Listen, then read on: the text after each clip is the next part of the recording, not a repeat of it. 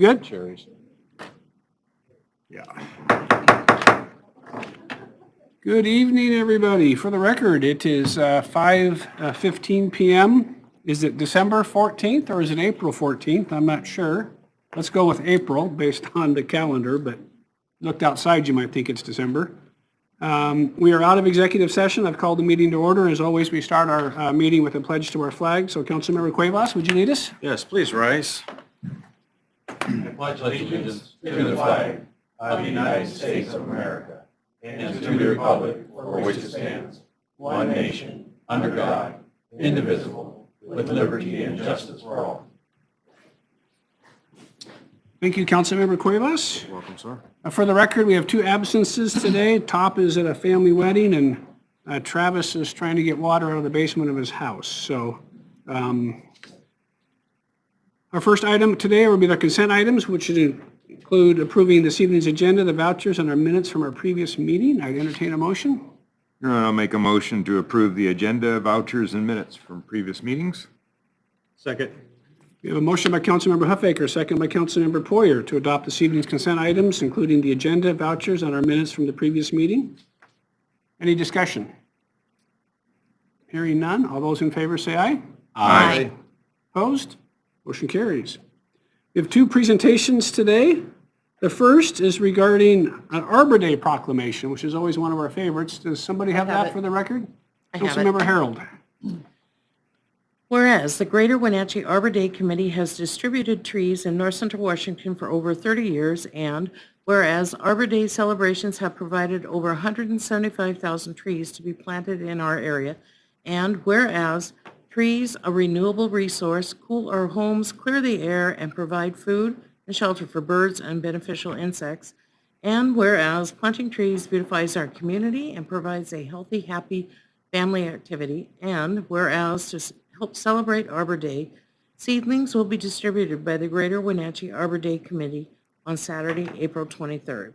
Now therefore, I, Frank J. Kuntz, Mayor of the City of Wenatchee, hereby proclaim April 23rd, 2022 as Arbor Day in the City of Wenatchee, and I urge all citizens to celebrate Arbor Day and to support efforts to protect our community, forestry resources, and further, I urge all citizens to plant trees to gladden the heart and promote the well-being of this and future generations. In witness whereof, I have hereunto set my hand and caused the great seal of the City of Wenatchee to be affixed on this 14th day of April, 2022. Frank J. Kuntz, Mayor. Thank you, Councilmember Harold. Hi, Bonnie. How are you? Always nice to see you again. You are. How are you? I'm wonderful. I still like watching some of those old shows you did with I my with brother Dan, Dan. yeah, I know Yeah, it. yeah. We We had all so- looked a we- little younger back then, didn't we? We did. We had so much fun, didn't we? Yes, you did. Oh, So you that's know- for you, and the Thank you. microphone's for you, and tell us what's going on. Well, we have 1,500 trees. We have 3 sites, Kashmir, the city of East Wenatchee, because they're working on becoming a tree city. Oh, excellent. And this year, for the very first time in 33 years, we are partnering with someone, and we're going to be in the Earth Day with the Earth Day celebration at the Pybus Market. Oh, good. Yes, Awesome. yeah, which is really going to be cool. Good. And we have 5 species this year. We have 2 trees, limber pine, which when it is established becomes pretty much drought tolerant. And then years ago, we did sugar maple, and it was such a hit that we have sugar maple again this year, okay? But it will not happen during your lifetime, but your children will probably be able to tap that tree. And then we have 3 other drought-tolerant plants. One of them is the shrubby cinquefoil, which is a potentilla, little yellow flowers, and it is a really wonderful thing that holds its roots hold soil and water, and it needs water to get established, of course. And then the red flowering currant. Red flowering currant is the other one, and that one is really cool because hummingbirds like it, and that's one of the first things that they can feed on. And mine's blooming right now, or it was 2 days ago. And then the final one we chose just as a fluke, and that's northern bayberry. Did any of you ever buy a candle at Christmas time called a bayberry candle? Yep. There is a very distinctive aroma. Well, the little white berries are what people melt down to do that. Anyway, it's going to be a fun day. Always is. It always Thank you, is. Bonnie. Thank Appreciate you. it. Thank you, Frank. We'll come by and grab a treat. Oh, do. Hold on. Keep talking. It's from 9. It's from 9 to 2 in East Wenatchee, 9 to noon in Kashmir, and 10 to 2 at the Pybus because that's when Earth Day is. Okay. Okay. Did you get a picture? Okay. Here we go. All right, thanks. Thanks, Bonnie.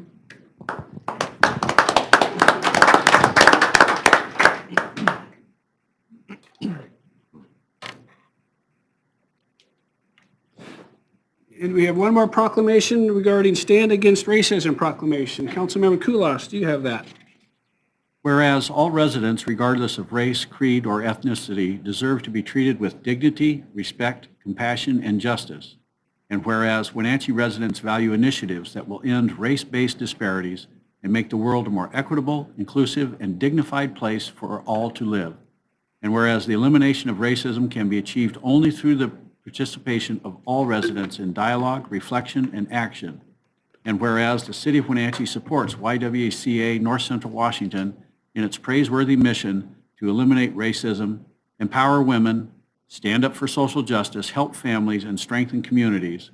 And whereas the City of Wenatchee proudly supports the Wenatchee Valley College and YWCA North Central Washington in celebration of Stand Against Racism, a signature campaign of YWCA USA to build community among those who work for social justice and to raise awareness about the negative impact of institutional and structural racism in our communities. Be it resolved that the City of Wenatchee hereby declares April 26, 2022 as YWCA Stand Against Racism Day and encourages residents, local businesses, educators, and community and faith-based organizations to celebrate diversity and advocate for the elimination of racism. Be it further resolved that April 28 to May 1, 2022 is declared as YWCA Stand Against Racism Weekend. In witness whereof, I have caused the seal of the City of Wenatchee to be affixed on this 14th day of April, 2022. Frank J. Kuntz, Mayor. Thank you, Councilmember Kulas. Where's Rachel at? Where'd she go? There she is. You stood up, then you went back, and I saw you back there. How are you? Thank you. Very nice to see you again. Oh, we need to stand here. All right. Go ahead. Hello, I'm Rachel. I'm the Executive Director of YWCA here. And wanted to, thank you again for signing this year. We're really excited to have this as part of the city record, and also to invite everybody to our Stand Against Racism event at the Wenatchee Valley College campus around the fountain on April 26th. We're going to have food and speakers, and it'll be a really great time to celebrate diversity and inclusion for our greater community. Great. And I will be there. You'll be there. Yeah, perfect. Well, thanks, Rachel. Thank you. Appreciate you doing this again, and I look forward to being there on the 26th. Perfect. Perfect. Okay, thanks, Rachel.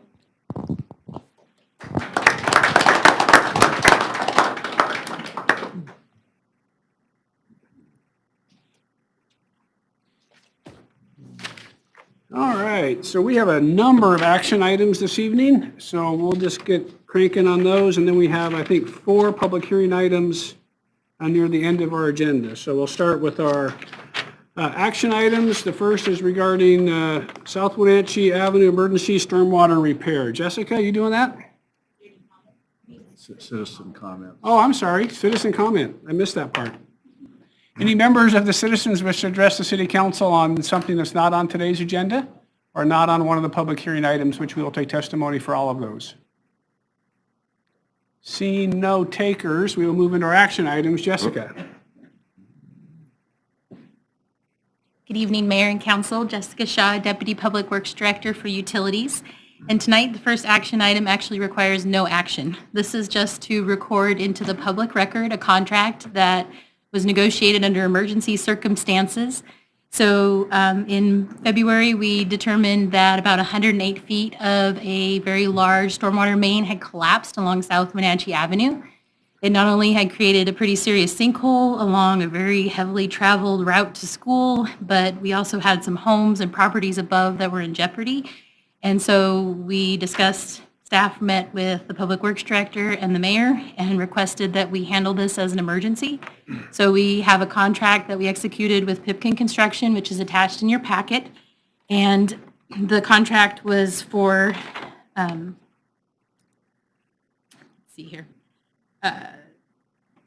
$265,393.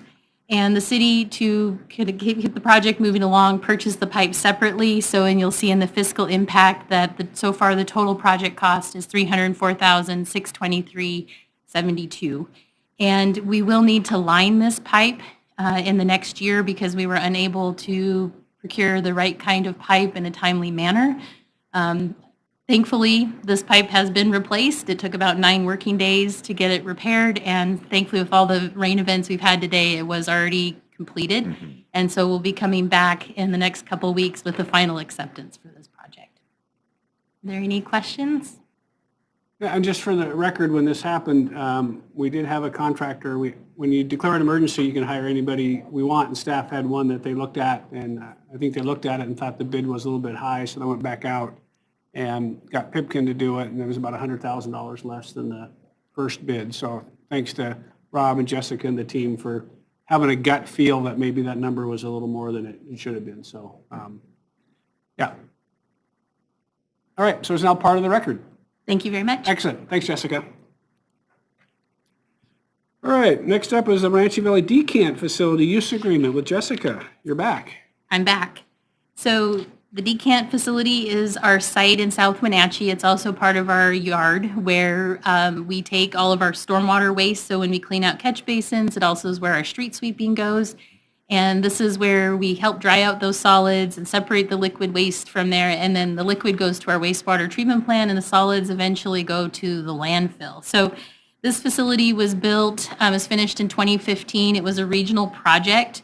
And so this is kind of the final step of bringing in the city of East Wenatchee as a user of the facility. They were part of the original agreement that got us a grant from Ecology for $1.5 million to build the facility. And so under this user agreement, it's the same as the agreement that we approved for WashDOT, Wash State Department of Transportation, and also Douglas County last year. They're very anxious to use the facility. It's the only local facility that I know of that agencies can take waste where it meets all of the regulatory requirements for managing solid waste. Are there any questions? Nice to have the city of Wenatchee join us in this, so. Yeah. That was always the plan, it just took us a while. Yep, we made it. Yep. That was going to be my only comment, is it's good to finally get it to the point that it was designed for originally, how many years ago again? It's been about 10, 10 15 years since we started this project. Great news. All right, any questions for Jessica? If not, I'd entertain a motion. Your Honor, I move for City Council to approve the Wenatchee Valley Regional Decant Facility Use Agreement with the City of East Wenatchee and authorize the mayor's signature. Second. Motion by Councilmember Harold, second by Councilmember Cuevas to approve the Wenatchee Valley Regional Decant Facility Use Agreement with the City of East Wenatchee and authorize the mayor's signature. Any discussion? Hearing none. All those in favor say aye. Aye. Opposed? Motion carries. Thanks, Jessica. Thank you. TPA appointments. Laura Merrill. Your Honor, I will recuse myself on this item. Thank you, Councilmember Harold. Duly noted. Good evening, Council. Laura Merrill, Executive Invalid Services selection. Director. The item before you is for the resolution for 2 appointments to the Tourism Promotion Area Board. The first one being Charlotte Mayo from the Residence Inn and Cody Beeson from the Hilton Hotel. This was recommended by the LTAC committee at their last meeting. Char has been an ongoing member, so this is more of a renewal. Cody has been participating on LTAC, so now he is joining TPA as well. And so with that, I'll take any questions that you may have. Any questions for Laura? If not, I'd entertain a motion. Your Honor, I'll make a motion for the City Council to pass resolution number 2022-11 appointing Charlotte Mayo and Cody Beeson to the Tourism Promotion Area Advisory Board to fill 2 vacant positions with terms ending December 31st, 2024. Second. A motion by Councilmember Poyer, second by Councilmember Kulas, for the City Council to adopt Resolution 2022-11 appointing Charlotte Mayo and Cody Beeson to the Tourism Promotion Area Advisory Board to fill 2 vacant positions with terms ending December 31st, 2024. Any discussion? Hearing none. All those in favor say aye. Aye. Opposed? Motion carries. Thanks, Laura.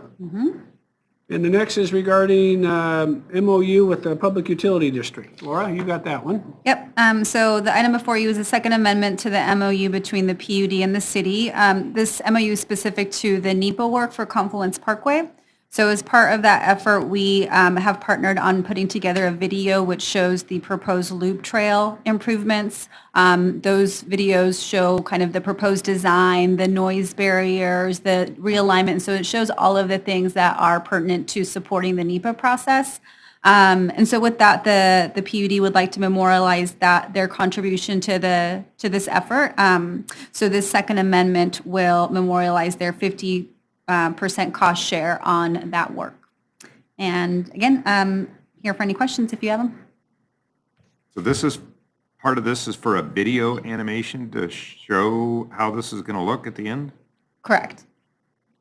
Yeah, so the video's already done. I don't know if you've seen it, Keith, online, but it was part of the outreach. So if you go to if you just Google Confluence Parkway, there'll be a host of videos there. Yeah. Part of the public outreach from the PUD, who are just starting to get their hands around what this is, was a video animation of what the trail would look like, mostly the changes, right? As you come out of Walla Walla Point Park and start going in behind the PUD yard there, and then all the way across the bridge. So with the new pedestrian bridge and all that. So Yep. as part of doing that, Laura has this in her budget to do, but the PUD, for some reason, wanted an MOU, so she had authority to spend this money under the NEPA dollars anyhow. But the PUD wanted an MOU, which is why it's in front of us. Otherwise, we wouldn't have needed one. But you should look at the video, or we can show it if you want to see it. It's a very impressive piece of work. Yeah, they did a great job. They show the new alignment, which takes the loop trail off of Holly Street. So it'll be to the east of the PUD yard. The pinch point area, which is an area that is where the pedestrians are as close as possible to the traffic. And then the new double-decker bridge.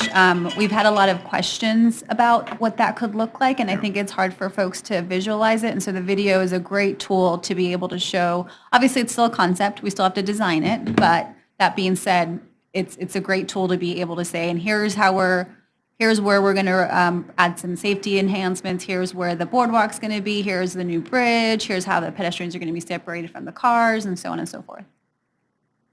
Well, Laura, I'd like to at least put in, everybody knows you actually saved us half the money for a quality production. Right. So I just want to let you, kudos to you. Thank you. Yes, I think that this video is a great tool for the city, period. It was great that we could also get the PUD to buy in and to share it and to use it. And so, but yes, absolutely, this is something that we would have taken care of either way.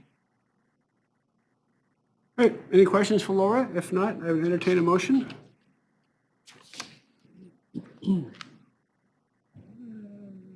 Your Honor, I would make a motion for the City Council to approve the Second Amendment to the Memorandum of Understanding between the Public Utility District and the City of Wenatchee related to visualization and model development video for the Loop Trail as part of the Confluence Parkway project and authorize the mayor's signature.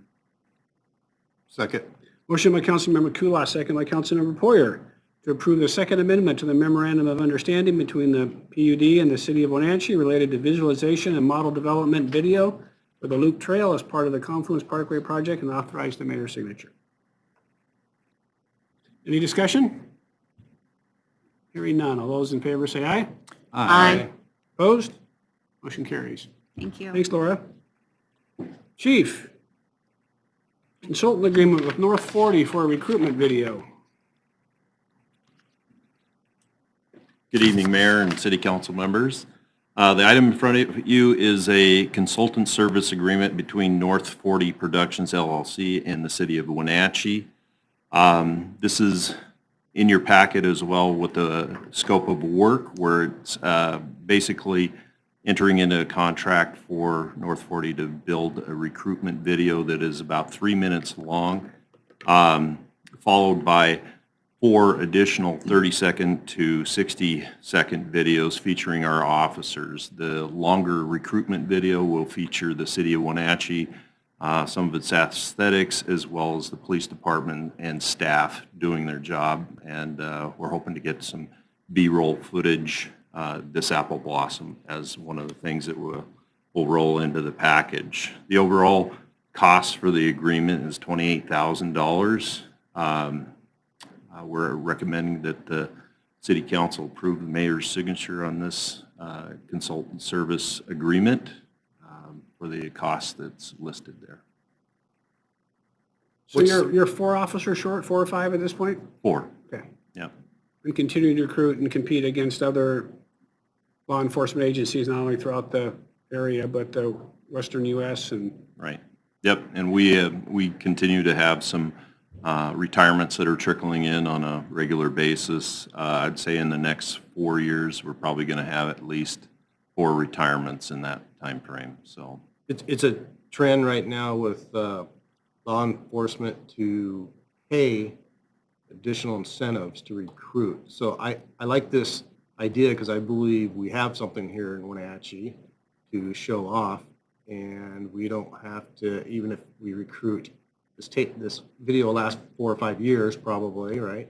Yep. So if we can recruit a few officers this direction, I think they would be here for a long time. yes, I would fully agree with that, Council Member Poyer. One of the things that any of our folks that have actually recruited officers to our department will say that the ride-along is the biggest sell, is being able to interact with our existing officers, and the sell factor of being able to go snow skiing and literally within 15 minutes be down looking at the water and thinking about summer and spring where you can do some water skiing and fishing. So this is a great place. I think we need to highlight it as much as possible and go after those candidates that are out there on kind of a more across the nation basis to continue to feed our department with the type of quality that I know that everybody expects out of our department. And it's not unusual, Rivercom did a recruitment video that you can see on TV from time to time and at the movie theater and other places. So it's not an unusual thing for these recruitment videos to take place and for us to get them out where potential new officers can see them. Mm-hmm. And I did go to the Finance Committee today and they approved it as well at Finance. All right. Any questions for Chief? If not, I would entertain a motion. And I'll make a motion for City Council to approve and authorize the mayor's signature for the consultant services agreement with North 40 Productions LLC to produce police recruitment videos. Second. Motion by Councilmember Huffaker, second by Councilmember Cuevas, to approve and authorize the mayor's signature for the consultant services agreement with North 40 Productions LLC to produce police recruitment videos. Any discussion? Hearing none. All those in favor say aye. Aye. Opposed? Motion carries. Thanks, Chief. Thank you. Got a Department of Commerce grant, Local Community Projects Program. Melissa.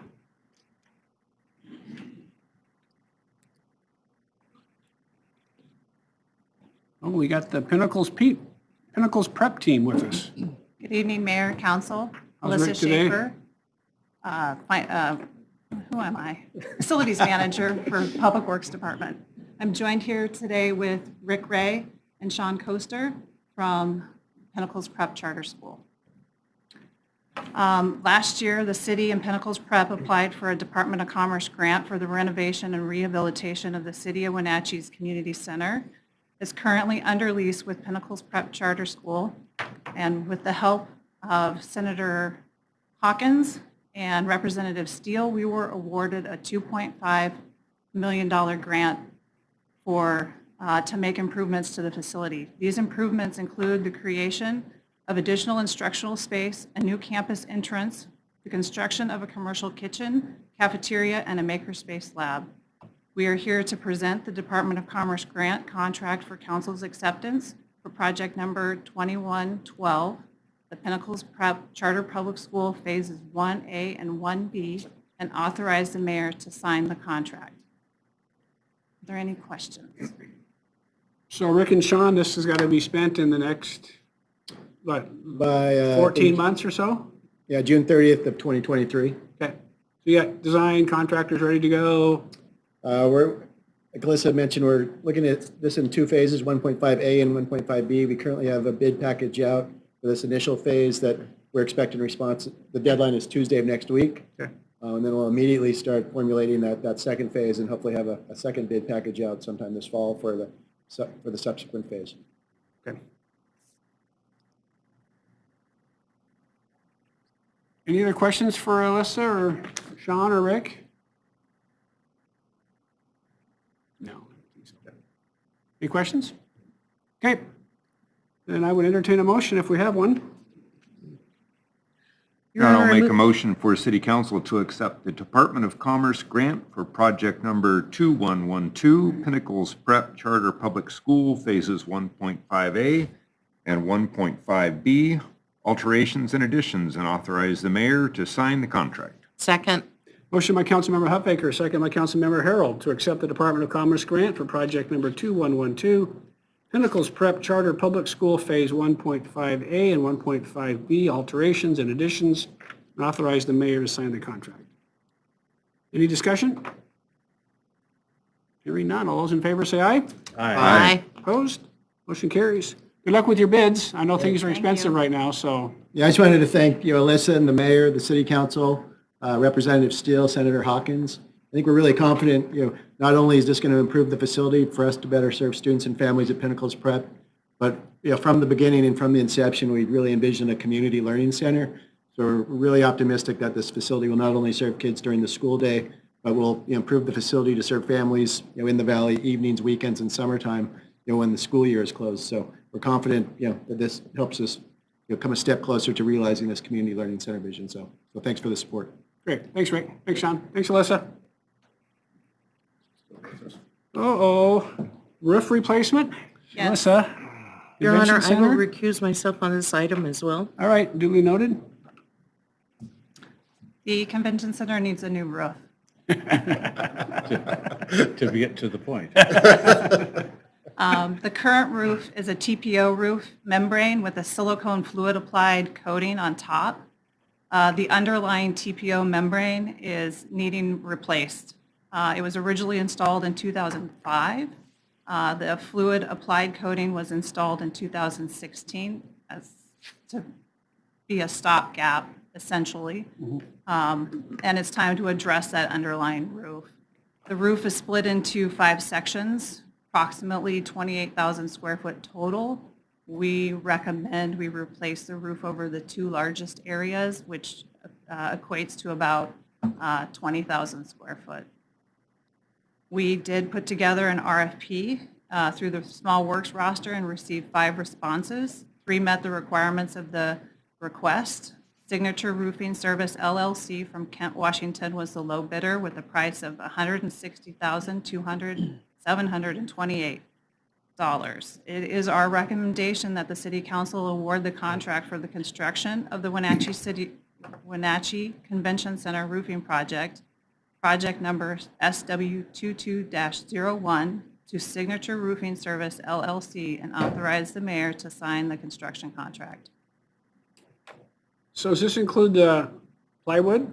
Or are we just taking off the top and We're coming just back taking over off the the top? top, Okay. and we're going to leave the substructure. Okay. So those 2 others appear to be non-responsive. Correct. Okay. They- Missing items or something? They were missing some bid requirements. Yeah. Okay. It's all, that caught me off guard too, because it was like, wait a minute. And then I saw the missing items there. My question is why we're only doing just a portion of it, why we're at it? Is there a reason to only do part of it instead of all of it? We feel that if we phase it, we can spread out our budget a little bit better this year and then address it next year.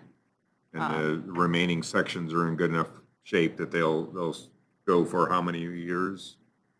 I don't know how many years, but they are in better shape that we can keep them operational Okay. through this winter. Well, there's always cost savings when you have a company show up to do the whole thing instead of having them have to come back another time, so I was just curious. Yeah. Thank you. Good. Any other questions for Alyssa? If not, I'd entertain a motion. Your Honor, I'd make a motion for the council to award the contract for the construction of the Wenatchee Convention Center roofing project, city project number SW22-01, to Signature Roofing Service LLC in the amount of $160,728, and authorize the mayor to sign the construction contract. Second. Motion by Councilmember Kulas, second by Councilmember Huffaker, to award the contract for the construction of the Wenatchee Convention Center roofing project, city project number SW22-01, to Signature Roofing Service LLC in the amount of $160,728, and authorize the mayor to sign the construction contract. Any discussion? Hearing none. All those in favor say aye. Aye. Opposed? Motion carries. Thanks, Alyssa. Thank you. Mr. DeVries, rental agreement.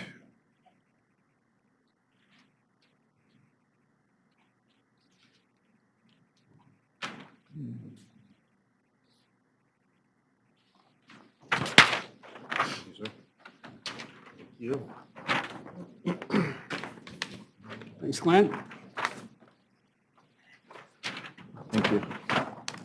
Thanks, sir. Good evening, Mr. Mayor and members of the council. I have before you this evening a proposed lease agreement with Dennis Johnson and Sharon Johnson. As you're aware, we're in discussion with the Salvation Army for a low barrier shelter location. We don't have an agreement yet, but we are working with them. They, at this point, are interested in operating the facility and not doing a lease. We are continuing those discussions with them. One of the necessary components, though, for the site is this piece of land owned by the Johnsons. And you can see it in the memo I provided you, and it's also on the larger site plan I just provided. You can see the vacant parcel closest to the bridge, and then the two adjacent vacant parcels owned by the Salvation Army, the right-of-way in between, and then the Salvation Army community building. All those components are necessary in order to make the proposed low-barrier shelter function. The Johnsons approached the city with a proposal to, a gracious proposal to do a 15-year no-cost lease, which is extremely generous. And then after that point, then there'd be a discussion on, a market cost for the use of the land should the facility continue at that location. So it is, while a final decision hasn't been made on the Salvation Army site, it is a necessary component. Having that authorization for the mayor to enter into that lease would be one less step and one certainty going forward that enables us to continue and hopefully finalize discussions with the Salvation Army. So staff recommends that you authorize the mayor to enter into that lease agreement. And we'd, Steve Smith is here certainly to answer any technical questions on the agreement which he put together. And I'd be happy to answer any questions as well. So I need to get up to speed here. So are we building, is somebody building something on this lease property that's they're graciously letting us use for 15 years? So the, what is proposed to go on the site would be potentially between 35 to 46, they're called pallet shelters. They're individual units, pre-made, and they can be also taken down and moved to other sites. They can hold 2 occupants. They have heating and cooling. So power would have to be brought to the site. Water is close by, stormwater is close by, and there'd be some improvements on the site as well that would have to go through the exact improvements would have to go through the task force and ultimately the city council. But not having to pay for a lease for the land is significant. The one component that would need to be maintained would be access to the billboard to change faces and circulation so they can get in and out of the site, which we need anyway. Okay, that helps me, because when you said taken down, so there's negotiating, oh, got it. So, I don't know where that went, but no, 45 of those. 45, okay. Yeah. It just gives, because obviously if we spent $10 million on something and after 15 years it's somebody else's, we don't want to do that. So this is a great, Mr. and Mrs. Johnson, they're doing a nice thing for our city. Correct. It's, At the worst, which I wouldn't think so, at the worst, we can move these things and they ended up getting a little bit of power there. correct, yeah. Okay, thank you. Thanks. Yeah, and the sort of the plan is, Mike, is that they would be all in these Salvation Army parcels on Dennis's property, and then maybe in here, and then utilize this building for some other parts of it. So, This is great. yeah, Great opportunity. that's sort of the plan. All right, any questions for Glenn? If not, I would entertain a motion. Your Honor, I move for City Council to authorize the mayor to enter into a 15-year lease agreement with Dennis Johnson and Sharon Johnson for property located at 1202 South Columbia Street at no cost for the sole purposes of housing and associated services for the homeless. Second. Motion by Councilmember Harrell, second by Councilmember Poyer, to authorize the mayor to enter into a 15-year lease agreement with Dennis Johnson and Sharon Johnson for property located at 1202 South Columbia Street at no cost for the sole purposes of housing and associated services for the homeless. Any discussion? Just one quick question. Yeah. The billboard sign is on their property or is it in the easement? It's within their property, is my understanding. Yeah, I think it's on Dennis's property. That's not a great, Yeah, and it's just kind of hard to tell exactly where it's at. And I see kind of a road back here. Let's see the gray line. That's the plat. Yeah, and I'm sorry, the parcel layer on these things is, doesn't necessarily correspond with the property boundaries. They can be 10 to 15 feet off. Oh, okay. But it is on their property. That's basic. And then the other, so not Columbia Street, but there looks like there's an alley access. Is that city-owned?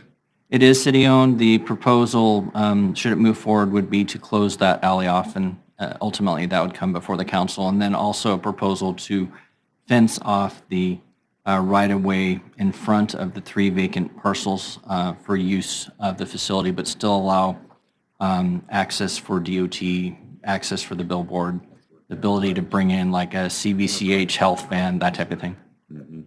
But ultimately, that has to go through the task force and council for final decisions. But this is a good foundation piece that we need, in order to move forward. Moving forward. Thank you, Glenn. You bet. Glenn, I just want to say thank you for all of your hard work, and Laura as well. It feels like we're taking another step towards the home stretch, and I'm really excited that this could happen. Thank you. we've been moving slowly but steadily, but I think there's been some momentum gathered and some more clear communication between the I agree. potential landlord and us, and so I think we feel better about where this is going. And I appreciate all So do I. Steve's, oh, sorry. I Just feel wanted- better about it too. Yeah, and just want to say, I just appreciate all Steve Smith's efforts on this, putting the agreement together. So he really helped to make this happen, in addition to the Johnsons. All right, so we got a motion and a second. We've had discussion. Any more discussion? Hearing none. All those in favor say aye. Aye. Opposed? Motion carries. Thanks, Glenn. Darcy, you've got 3 items. Drinking Water State Revolving Fund, Drinking Water State Revolving Fund, and Emergency Response Mutual Aid Agreement. Hi, good evening, Mayor and Council. I'm Darcy Mattiota, Utility Planner with the Public Works Department. My first item tonight is for a motion for the City Council to approve a drinking water Department of Health contract, application ID 2021-3986 for Drinking Water State Revolving Fund loan for the city's project number 2202, which is the Crawford Main Extension Project. This is for a pre-construction loan for us to plan to replace the Crawford Water Main Extension. Last quarter, in the last quarter of 2021, I asked for permission to apply for these, and we have been awarded these. So tonight I'm asking for the mayor to approve signature. This loan is for $241,740. Invalid selection. Keep going. Not Okay. you. The loan fee is $4,740, and the interest rate is 0, and the terms are 10 years. This will allow us to plan to replace a steel water main that has come to the end of its life, and we can plan for that, and then we'll go back later and ask for construction funds. Be our goal for this one. Interest rate seems a little exorbitant, but I guess if we have to, if that's the going rate, then we got to do that, yeah. The project is on, or the project title, Crawford Main Replacement. What are the project extents of this to fit geographically? From Okanagan down to Miller. It's the main feed for the hospital. Our crew has replaced it multiple times. Okay, so between Crawford and South Miller? Yes, Heading west. I mean, not Crawford. Yeah. Okanagan Avenue. Yeah. yes, yes. Thank you. I thought I had the link in here. Yeah, 2,700 lineal feet of pipe. Yes. Wow. Between Miller and Oh, it does say Okanagan Miller, Avenue. okay, never mind. I should It's put a my- 14-inch steel put my main. glasses back on. All right, any questions for Darcy? If not, I would entertain a motion. I'm going to make a motion for the city council to approve the Department of Health contract PCL 27077, application ID 2021-3986 for a drinking water state revolving fund loan for city project number 2202 Crawford Main Replacement Project, and adopt this project into the 2022 budget and the 2022-2027 capital facility plan. Second. We have a motion by Councilmember Huffaker, second by Councilmember Harold, to approve the Department of Health contract PCL 27077, application ID 2021-3986, for a drinking water state revolving fund loan for city project number 2202, Crawford Main Replacement Project, and adopt this project into the 2022 budget and the 2022 through 2027 capital facilities plan. Any discussion? Hearing none. All those in favor say aye. Aye. Opposed? Motion carries. What's your next one, Darcy? My next one is similar. This one is for a Department of Health contract for DW 27052, application 2021-3984 for a drinking water state revolving loan for the city's project number PN 1918-2020 AC main replacement project. This one is a little bit different than the last one, and this is a construction loan where Crawford was a planning loan. So we have already designed this project, and this is a loan to actually go and finish the work for replacing the last of our AC main, which is asbestos concrete, throughout the city. The addresses are approximately 8th, 7th Chelan Avenue and 1st Street, and it was designed in 2018. And this will replace approximately 2,800 lineal feet of asbestos concrete in 4 different locations and 80 water service lines to customers. Wow. And this will finish the AC main replacement projects in our city. So this loan the award amount is $1,054,897.54. The loan fee is $10,444.53. The interest rate is 1.75%, and the loan terms are 20 years. Upon approval of this project, we will adopt it into the 2022 budget and the capital facilities plan You expect this to be built this year or next? next year. Next year? Okay.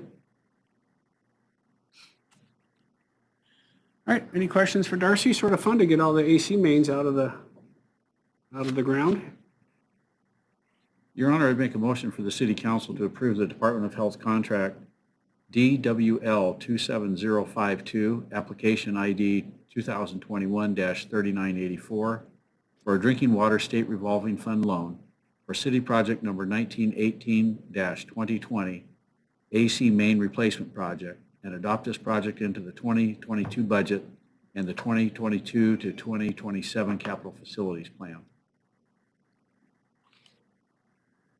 Second. We have a motion by Councilmember Kulas, second by Councilmember Poyer, to approve the Department of Health contract DWL 27052, application ID 2021-3984, for a drinking water state revolving fund loan for city project number 1918-2020, AC main replacement project, and adopt this project in the 2022 budget and the 2022 through 2027 capital facilities plan. That's a lot of numbers. A lot of numbers there. A lot of numbers. Any discussion? Hearing none. All those in favor say aye. Aye. Opposed? Motion carries. And a mutual aid agreement. What's up?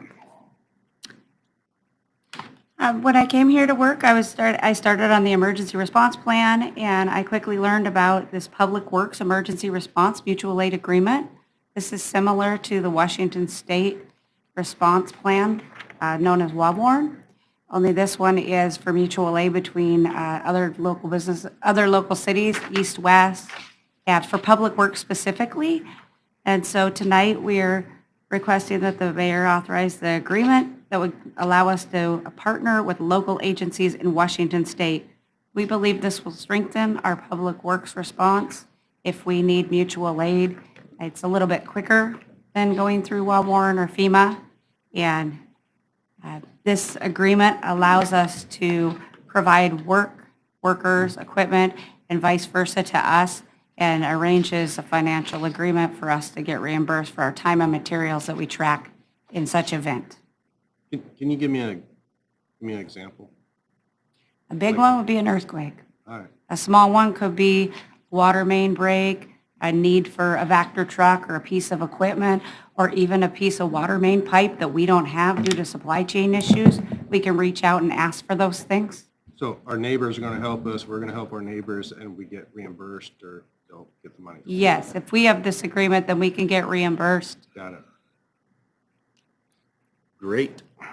I'm going to make a motion for the city council to authorize the mayor to sign the agreements for mutual aid and partner with local agencies in Washington State. Second.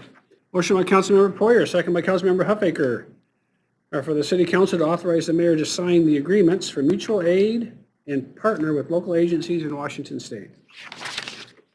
Any discussion? Hearing none. All those in favor say aye. Aye. Opposed? Motion carries. Thanks, Darcy. Appreciate Thank you you very being here much. tonight. All right, council members, we have 4 public hearing items. You wish to take a break, or should we keep on going? We all good?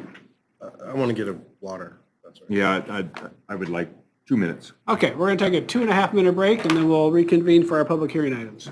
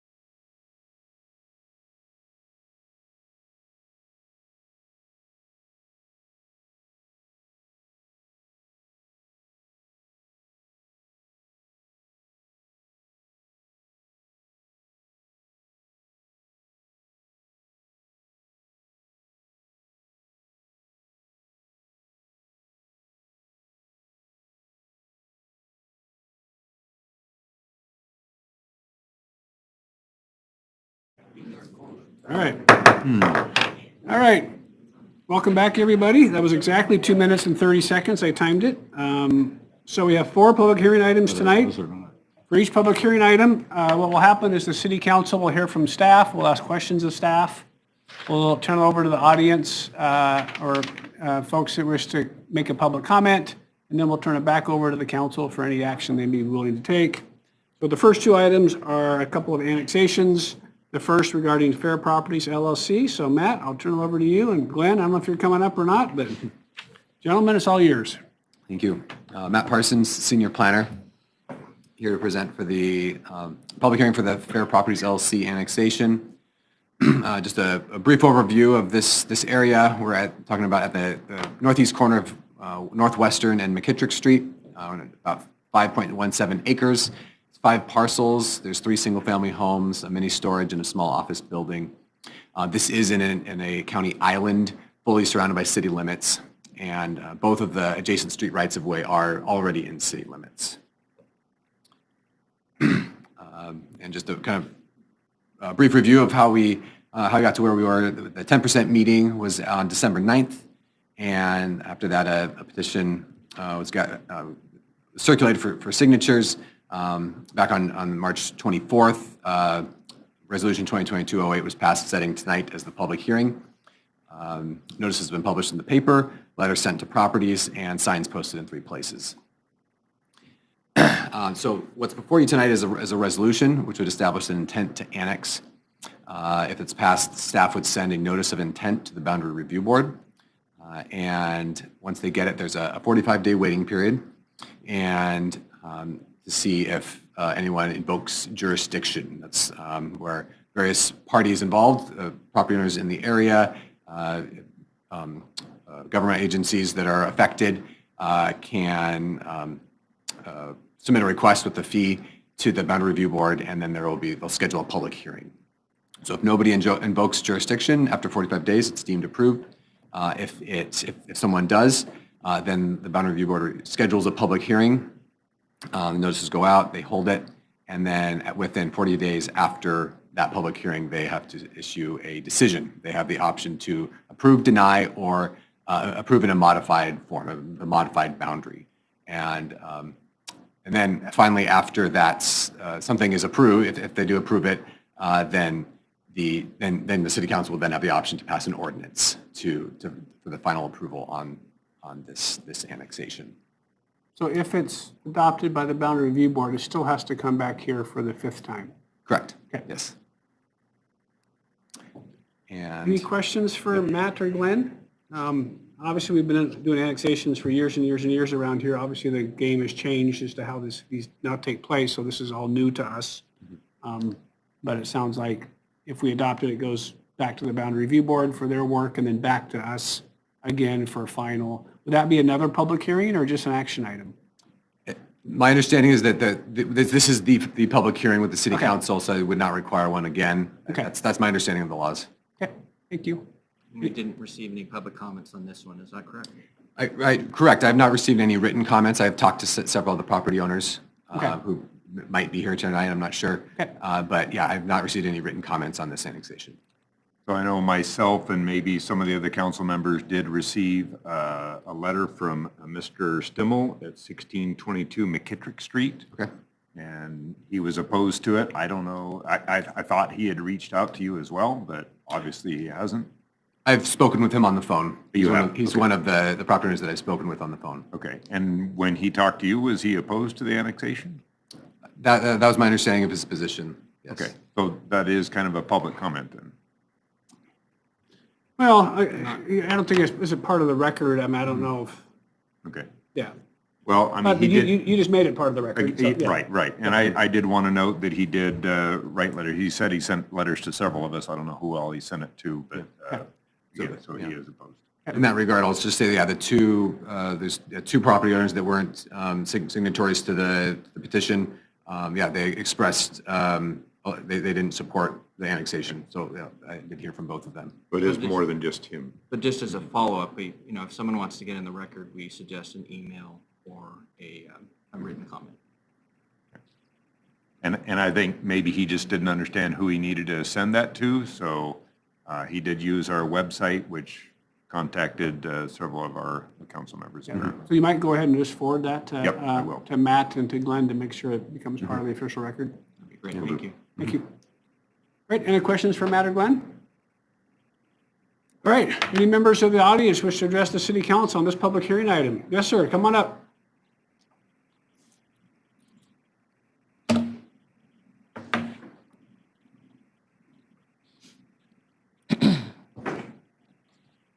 Name and address for the record? Yep. Good evening. My name is David Granitstein, 1620 McKittrick, one of the affected properties in the proposed annexation. And I just wanted to state that I'm not in support of it. I'm very happy being part of the county and would like to continue in that relationship, as are most of the property owners in the island. We had a pretty clear vote, I believe, several years ago to deny the annexation at that time. And so I guess my thought is, why not just annex the commercial properties and leave the residential property owners as is? Yeah, I mean, yeah, that's your public comment, but we'll, yeah. That's my public comment, as well as basically it was not a particularly inclusive process. I was never informed of the 60% petition, because by the time the 3 people had already signed it, apparently the other 2 property owners were no longer relevant, and so we never heard about it. So thank you. Yep. Thank you, Dave. Anybody else wish to address the city council on this public hearing item regarding the fair properties annexation? Seeing no other takers, I will turn it over to the city council for any action they may be willing to take. Your Honor, I make a motion for the council to pass resolution number 2022-13, providing for the notice of intent to the Chelan County Boundary Review Board to annex certain property to the city of Wenatchee. Motion, do we have a second? Second. Motion by Councilmember Kulas, second by Councilmember Poyer, to adopt Resolution 2022-13, providing for the notice of intent to the Chelan County Boundary Review Board to annex certain properties to the city of Wenatchee. Any discussion, council members? I'll just make a comment that I think there is a good process here. The Boundary Review Board is going to be a new thing, so it'll be interesting to see how that goes. And well, I'm willing to move it forward from our point on to boundary review, and the 2 people who are opposed can make their voice be heard there at Chelan County. Thank you. Any other comments, council members? All right. Being no other discussion, all those in favor of the motion say aye. Aye. Opposed?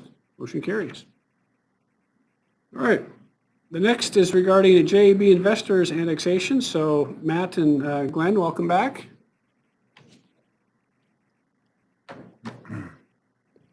Thank you, Mayor and Council. Again, this is Matt Parsons, Senior Planner.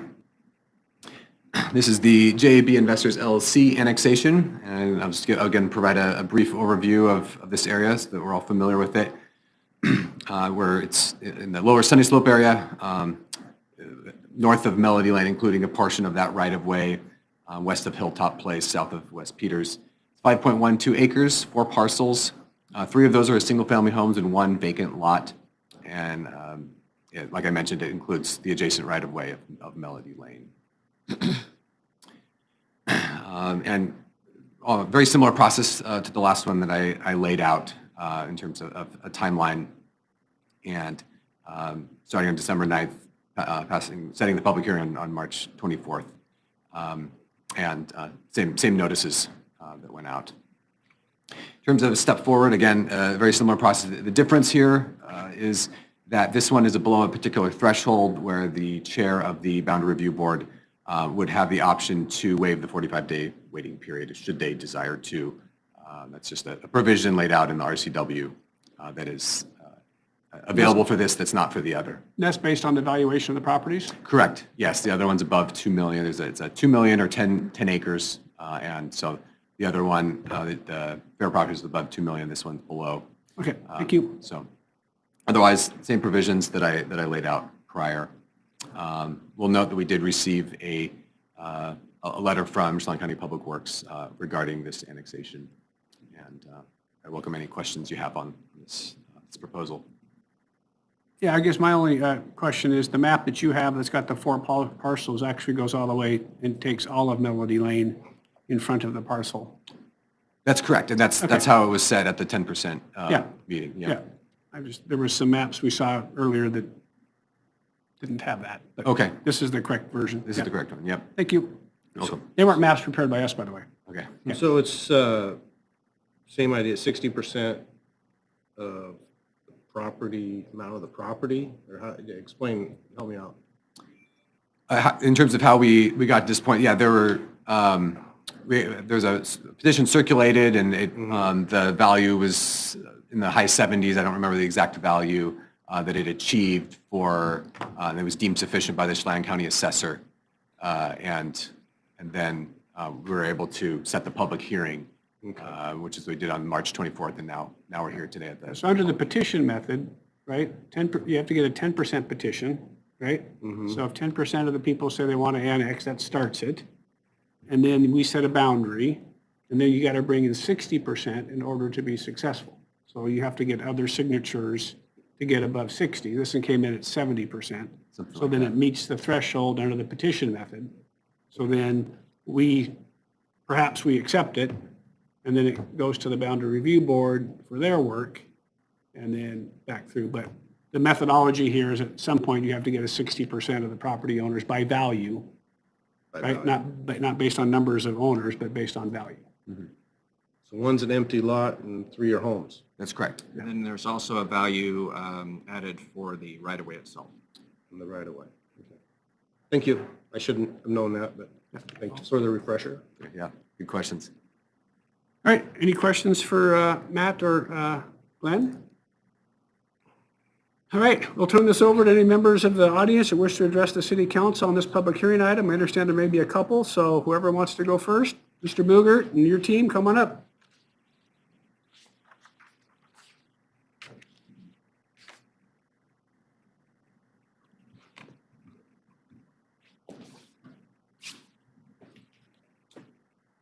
Let me go first. Sure. Yeah, I will introduce. Yeah, good afternoon, Mr. Mayor and members of the council. Thank you for this opportunity. Bob Boogert, Chelan County Commissioner, District 2. And we got Josh Patrick, who's the Assistant Public Works Director. And so Josh will talk first on some details, and I'd like to just talk some broader themes if I can. Go ahead, Josh. Yep, okay. Thanks, Council and Mayor. Yeah, my director submitted a letter, I believe, last week, kind of discussing some of Public Works concerns. So I wasn't going to go into detail on every single one of them. I was going to kind of hit some of the high points. One of the things that he discussed was these finger-like extensions out into the county. They just seem to be inefficient, confusing services to the property owners in the area. We're better able to make maintenance and construction plans, address public concerns or emergencies when these complex boundaries are reduced or eliminated as much as possible. Another comment was, I think Mayor Kunz, you kind of talked about that addition of that short section of Melody Lane to be included in the annexation proposal. That was great. We appreciated your city staff taking care of that. But the other piece, there was nothing done for the Peter Street Hilltop area. And to us, we were assuming that most of that area would be where the larger parcel would be accessing county roads. So with that, knowing that it'll kind of complicate permitting when some of that needs to be looked at through the eyes of Public Works, the county, as well as the permitting for the city if that area was annexed in. So again, those are just kind of some of the high points that I wanted to hit on.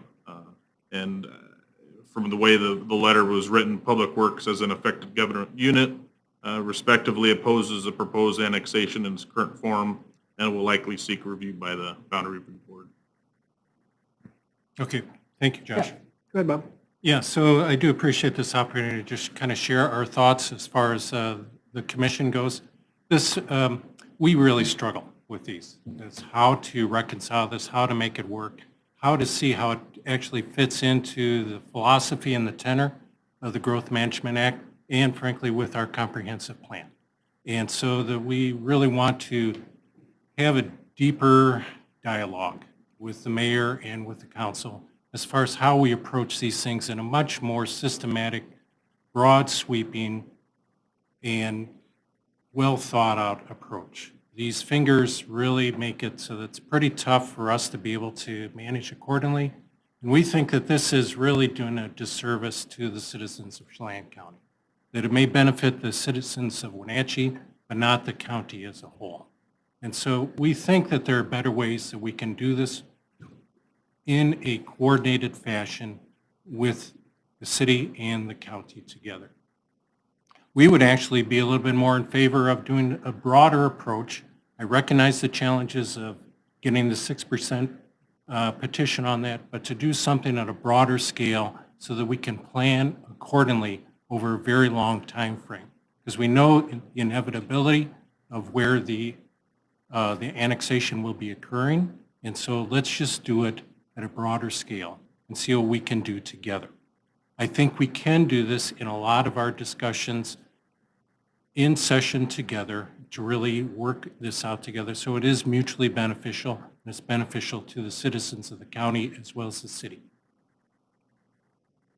Bob, I do have a quick question for you, sort of off topic, but Yeah. well, on topic, but not on this one. But there's obviously a couple of islands that the gentleman talked about that as we annexed some property in Old Station, we agreed to go through a process on some of the islands. At that point, the law allowed for a referendum, and there was a vote to basically not annex into the city. I think there was 2 or 3 islands. One of them is fairly significant. I believe the RCW allows us to do that by resolution between the city and the county. Is the county agreeable to those islands? I mean, to me, that's the first part we should start, is the ones that are 100% surrounded, and then deal with these other ones. And so, I've met with Mr. Pearson. I said, we'd love to get an offer from you guys or a letter indicating your desire to do that a year and a half ago and haven't seen anything. So are the commissioners interested in those things?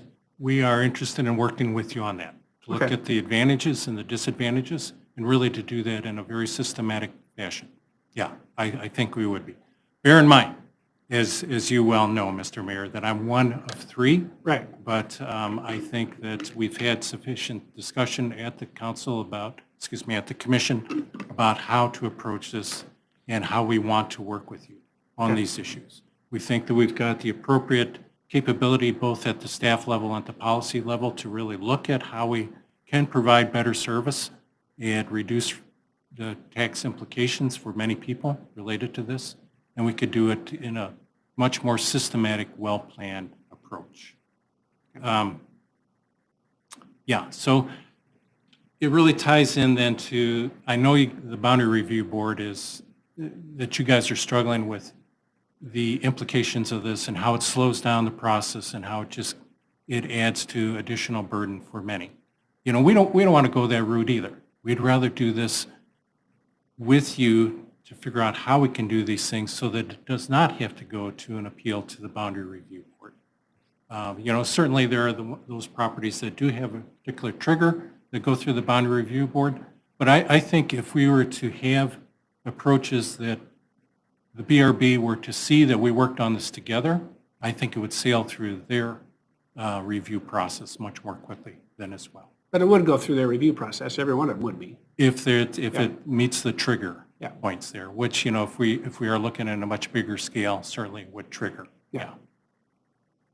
So that's about all I got to say. I guess, Commissioner, it seems, I'm struggling with what appears to be a little bit of an inconsistency when we're talking about we want to streamline these governmental processes. And I've heard a lot of people campaigning for county offices and city offices that say, by golly, we're going to streamline these processes, including many up the street.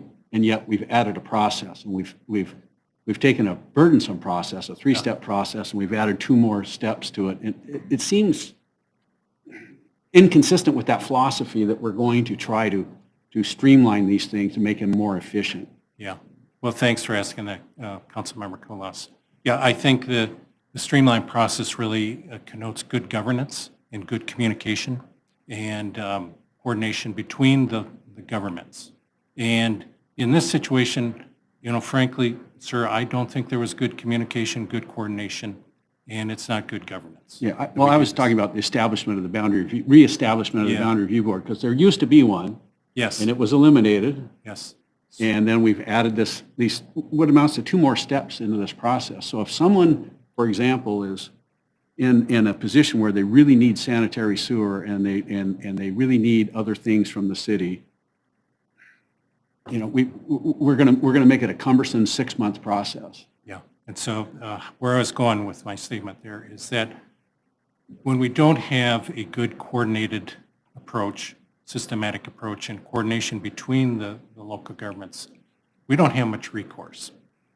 We need to have an outside body that provides that kind of review, and maybe we're off on our assertion about how these things play out. But the Boundary Review Board that's what is set up in GMA to do, is to be that independent body to provide that review. And just from someone who went through the process last time, as they did the referendum approach, Yes, and got my rear end handed to me on more than one public meeting. There is a number of folks like this gentleman that want nothing to do with the city of Wenatchee in all of these incorporated areas. And if we're doing these decisions based on the politics of the day, right, versus long-term planning for city growth, and understanding that the city surrounds these things, you know, there needs to be some discussion between the two organizations that this is the right thing to do for not only the city and the county, because it's going to get ugly. Because there's a lot of people that don't want anybody to tell them who their government is, right? Whether it's me or you, they don't want to be told. And they're just happy with the way it is, don't change it. yeah, And that makes every one of those things complicated. And then, so from my perspective, when I get my rear end handed to me, right? And then I get someone like this who says, please, will you take us? Right? We get excited about that, right? I want to be part of the city. I want to be part of city government. I want city services. I'm in the urban growth area. And so we accept these in open arms because all the other ones we just get pounded on, right? And beat up on. And so we take them because they want to come in, right? Yeah. These people well, enough of them there wanted to come in. yeah. Don't you think that working at it at a larger scale, though, I recognize the challenges there, Yeah. and I recognize the differential revenue Yeah. situation for those other properties, but that's something that truly affects the county and how we approach it and what the repercussions are for us. It's Okay. a complicated deal. Yep. I recognize that, but I do want to reach out to you and see if there is that potential that we can work together to do a little bit more systematic, bigger picture approach. Okay, we'll be in touch regarding that. Okay, any other questions? All right, anybody else wish to address the city council on this public hearing item? Seeing no other takers, I'll turn this over to the council for any action they may be willing to take.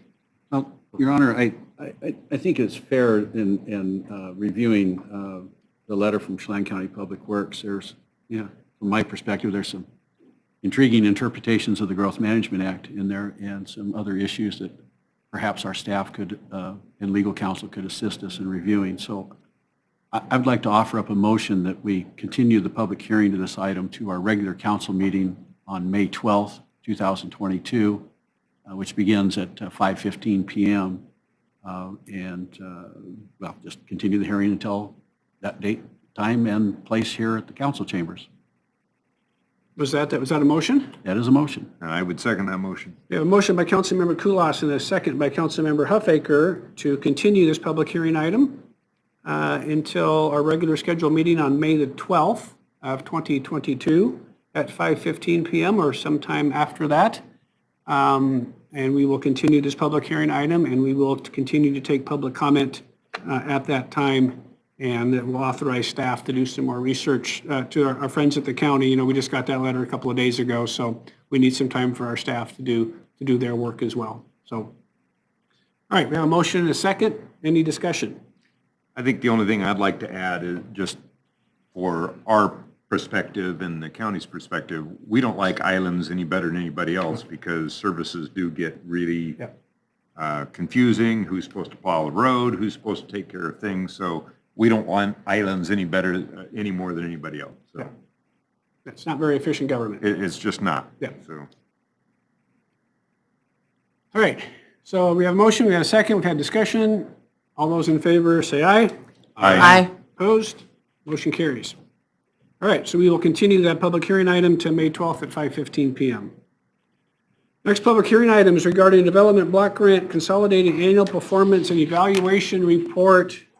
I would normally look for Brooklyn, but I'm going to look for Stephen because he's now in charge of all of this. So, Mr. Neuenschwander, welcome. Good evening, Mr. Mayor, members of the council. Before you this evening is the CAPER, the Consolidated Annual Performance and Evaluation Report. This is for the program year 2020, so that began October 1, 2020, running through September 30th, 2021. So the first, this is mostly for my benefit and maybe for yours as well. I've had a lot to learn since Brooklyn has left. The CAPER is a document that we complete annually with two primary purposes. One, it describes the progress that the city has made in this program year to achieve the goals outlined in the consolidated plan as well as our annual action plan. And the second primary purpose is it's an annual report on the expenditures of those CDBG funds. So in this program year for 2020, we had three primary goals. First was to expand development of housing and public amenities.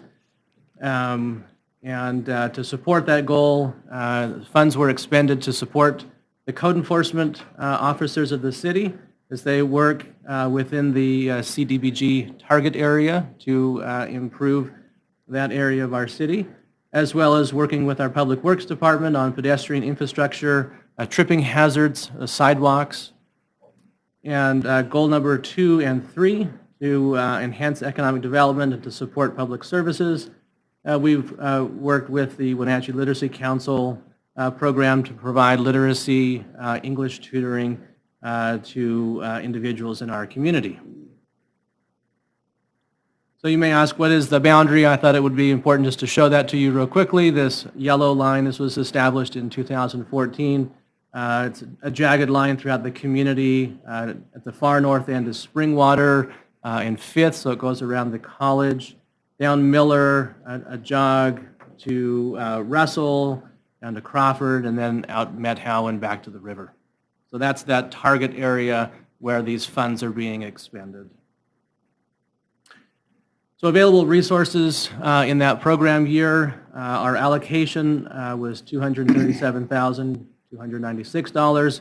We also were awarded $323,000 and change from our CDBG COVID allocation, and that's part of the monies that Glenn mentioned earlier going towards the pallet homes and shelter. We have $196,000 that was a carryover. 10,540 came back to us through the program. So that gave us those $767,812 was our available resources for the year.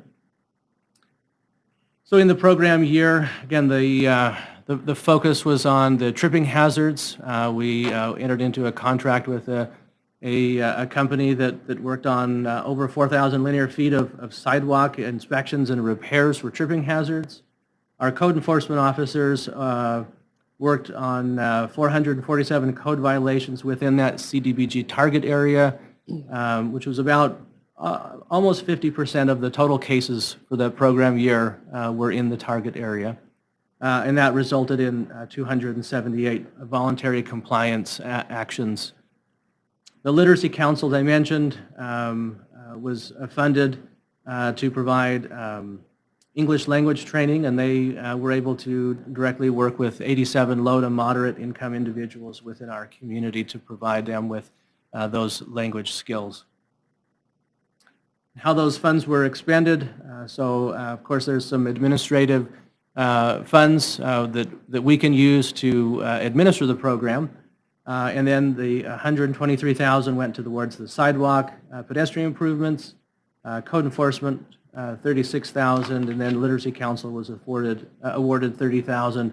So So we spent $220,000 in the 2020 program year within that CDBG target area. So that's, again, a broad overview of those primary purposes, how we met our goals and how we expended the funds that we had available to us. Happy to answer any questions. We don't have any resolutions or ordinances associated with this, just a motion to accept the 2020 CAPER. And then the next step is we take this document and we reformat a little bit and put it into the Housing and Urban Development computer system and their software and upload that to them as verification of our commitment and responsibility to complete this document. Do you know, like I noticed there were some carryover funds. When we get these CDBGs, is there a time frame they need to be used by? And why was there a carryover? We couldn't get contractors or? Honestly, don't know, council member. That is part of the very dark corners that I don't understand of the CDBG program that I'm trying to learn. Can we at least know when the money, we'd have to give it back or do something? Yes. That's important. Absolutely, yes. We track that very closely. Kim Schooley and our administrative assistant is the number cruncher behind that, and she keeps a very tight watch on those funds. Okay. As with our Brad Prosenjack, our finance department. Glenn DeVries, Community Development Director, and while I don't have the number, there is a maximum carryover amount that we can do on a given year. So we do track that. Okay. But we don't ever send money back. We always manage to get it spent. Correct. We Absolutely. work really close to ensure that that doesn't happen. Okay. Always spend your carryover money first before you spend the new money. All right, any questions for Stephen or now that Glenn's up there? If not, I'd entertain a motion to adopt the Community Development Block Grant. Do you need to offer Report? public comment on it? Oh, I'm sorry, I forgot about public comment. Any members of the audience wish to address the City Council on the CAPER report, CDBG? See, now no one ever comments, so it's like I get past that. Sorry, I would note that we did not receive any comments on the draft CAPER. It was provided for public comment with none provided. All right, with that, I would then entertain a motion if we had one. Your Honor, I move for City Council to accept the 2020 Community Development Block Grant Consolidated Annual Performance and Evaluation Report. Second. Motion by Councilmember Harold, second by Councilmember Poyer, to accept the 2020 Community Development Block Grant Consolidated Annual Performance and Evaluation Report as presented. Cuevas. Was it Cuevas? Your voices are a lot alike, so I'm missing that. We got something in common. Any discussion? Hearing none. All those in favor say aye. Aye. Opposed? Motion carries. Thank you. Thanks, gentlemen. It's all coming out of my ear, and I can't hear it, right? Or I can't see it, so. All right, and the last item is regarding a name change. Mr. Jammerman. I think it's that birthday you had. Yeah.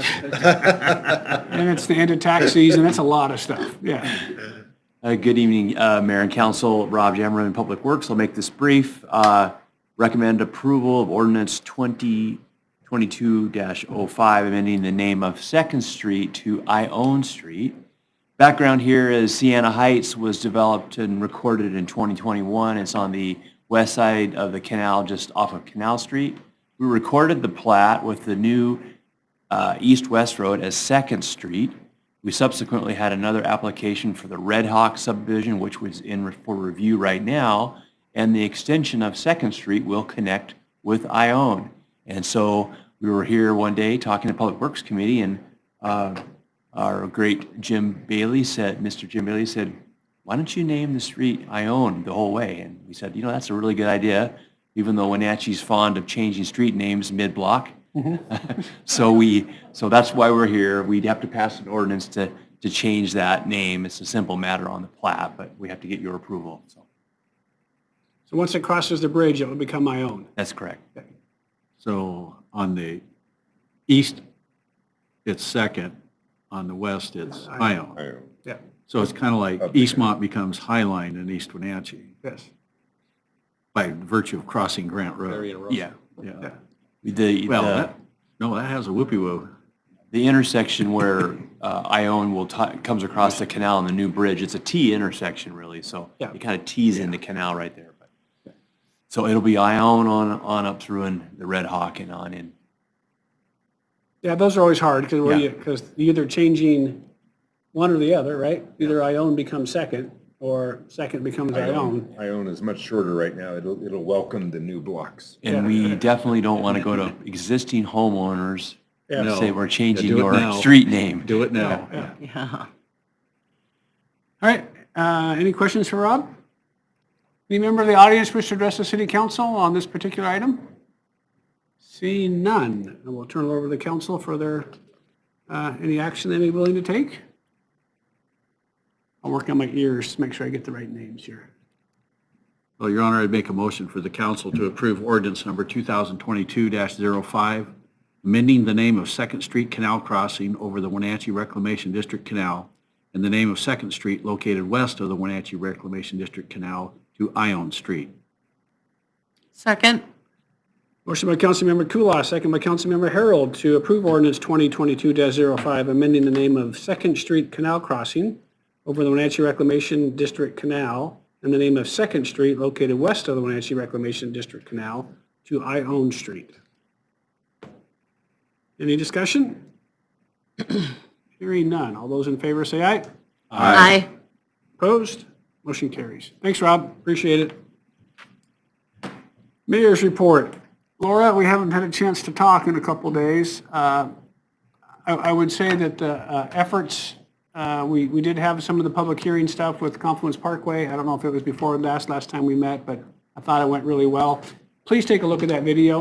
Go online and grab it. It's a very well-done rendition of what it will look like, the trail part. And you've seen the road version before, so that really hasn't changed dramatically, but please take a look at that trail section. It's pretty impressive. And then the PUD is continuing to do their work, and we're continuing to plug away on our stuff. So I think that's moving relatively good. Finance Committee met today and went through most of the stuff that the Public Works Committee went through. So Laura, anything to add?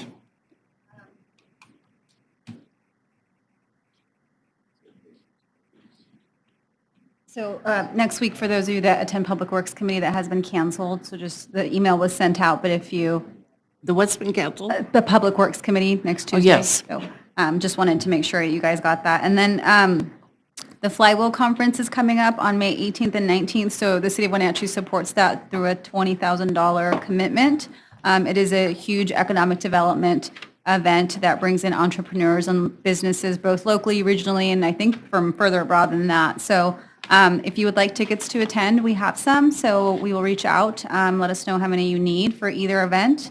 And then on May 12th, Jenny and Blake from NCW Tech, which is the organization that hosts the conference, will be here to speak to it a little bit more as well. That's all I have.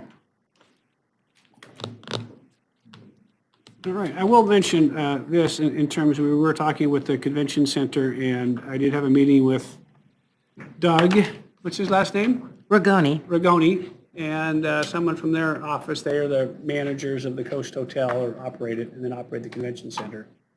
They are interested in extending their lease. They've got a couple years left, operation agreement, so they will be getting something to us to consider in the next couple of weeks or so. I think as we look at the convention center and we've discussed some major improvements to the convention center, we have also been talking to Mr. Ragoni and his team about major improvements to their hotel as well. And so I think we are looking at this hand in hand. And so if they're committing to a $4, $5, $6, $7 million redo, and we're committed to a $10, $12, $14 million redo, that they would like to extend their lease agreement with us. So we will be looking at that. So I just want you to sort of think about that as we go forward. I sort of expect something in the next week or so for us to review, and staff will take a look at it. And we'll probably bring it to Finance Committee at least at some point for just some discussion about it. But that is something that we are undertaking. We are starting contract negotiations with the county for district court, Brad. So that will be starting. Our contract ends the end of this year, so that contract is up for renewal. So that is in the very preliminary stages. but we are at least having those discussions. I'm sure Bob knew that. We didn't surprise him with that, yeah. Council members, anything for the good of the order? Nothing for me. I have, the Homeless Housing Task Force was scheduled for this Wednesday, Okay. but it got moved till the 27th. So Okay. we'll be attending for that. Okay. Councilmember Poyer? Councilmember Harold? Tuesday, I attended the board meeting for the Wenatchee Valley Massawa Sister City Association, and as I said at the last council meeting, there won't be any trips to Japan this year or to Massawa. We're hoping the following year there will be. We just have to wait and see. And the mayor of Massawa and several other delegates will be coming October 1st through the 3rd or 4th, I'm not sure. And there will not be any youth involved, it'll just be city delegates. We're hoping just to keep that relationship Would you make going. sure I know about that? Because I would like to take the mayor and the delegates in our local group out to dinner Absolutely. again. So, And Mayor Crawford was there at the meeting too, so, Okay. yeah, we'll absolutely keep you. Matter of fact, I've got the minutes, I'll forward them to you. okay, I just want to make sure that they know that when they're here, I'd like to take Yeah, their delegation and our local Yeah. Massawa people to dinner. and we discussed some activities that we could do with them while they are here. I'm not sure if there's going to be any students coming. We've always had, for a period of about 10 days, they visited Wenatchee Valley College in the summer, Yeah. in August. I'm not sure if that's going to happen or not. And I think that was about it. So we will, Oh, there is one more thing. yeah, Wings and Wheels is being changed completely. It's going to happen probably, I think it's August 6th, and it will have a different name. It will not be called Wings and Wheels, and we're hoping that in following years, Massawa delegation will come for that as well. good. All right, so we will be meeting next week in a work session, so in public safety, next week at 3:30 on my calendar, so if you're in public safety, if not, we will see you next Thursday. We're adjourned.